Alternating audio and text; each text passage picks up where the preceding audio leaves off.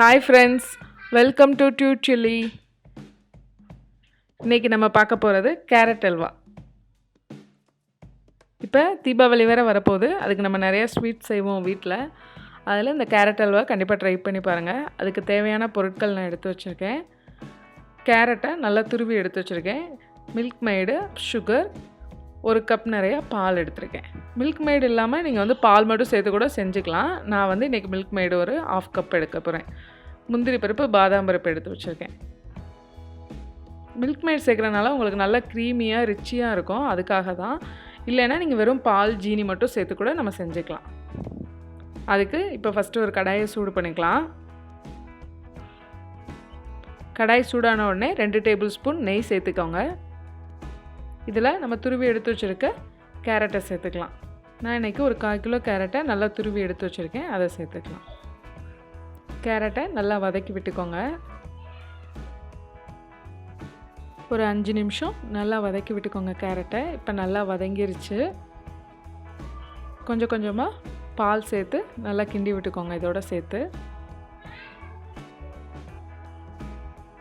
பால்லையே carrot நல்லா வேகணும், அப்போ தான் நல்லா டேஸ்ட்டு கொடுக்கும். ஒரு 5 நிமிஷம் நல்லா வேக விட்டுட்டேன். இப்போ ஒரு 1/2 கப் பால் சேர்த்துக்கிறேன். ஒரு கப்பில் 1/2 கப்பாக தனித்தனியாக சேர்த்துக்கோங்க கொஞ்சம் கொஞ்சமாக. இது மாதிரி பொங்கி பொங்கி தான் வரும். நீங்கள் நல்லா சிம்லேயே வச்சு கிண்டி கிண்டி விடுங்க. கேரட் நல்லா வேகட்டும். இந்த நேரம் நான் மீதப்பழையும் சேர்த்து இன்னும் நல்லா வேக விட போகிறேன். இப்படி தான் பால் பொங்கி பொங்கி மேலே வரும். நம்ம கிண்டி விட்டு நல்லா வேக விடுங்க. இப்போ கேரட் நல்லாவே வெந்துருச்சு. இதோட நான் 1 கப் ஜீனி சேர்க்குறேன். நான் 1/4 கப் மில்க் மெய்டு தான் சேர்க்க போகிறேன், அதனால் நான் 1 கப் ஜீனி சேர்க்குறேன். நீங்கள் மில்க் மெய்டு சேர்க்கலை அப்படின்னா நீங்கள் 1.5 கப்லேருந்து 1.25 கப் வரை ஜீனி சேர்த்துக்கலாம். கேரட் நல்லா வத்தி ரெடியாகட்டும். இப்போ 5 நிமிஷத்துக்கு மேலே ஆயிடுச்சு. பாருங்கள், அந்த பால்லையே கேரட் நல்லா சுருளை கிண்ட வந்துருச்சு. இந்த நேரம் நான் 1/4 கப் மில்க் மெய்டு சேர்த்துக்கிறேன்.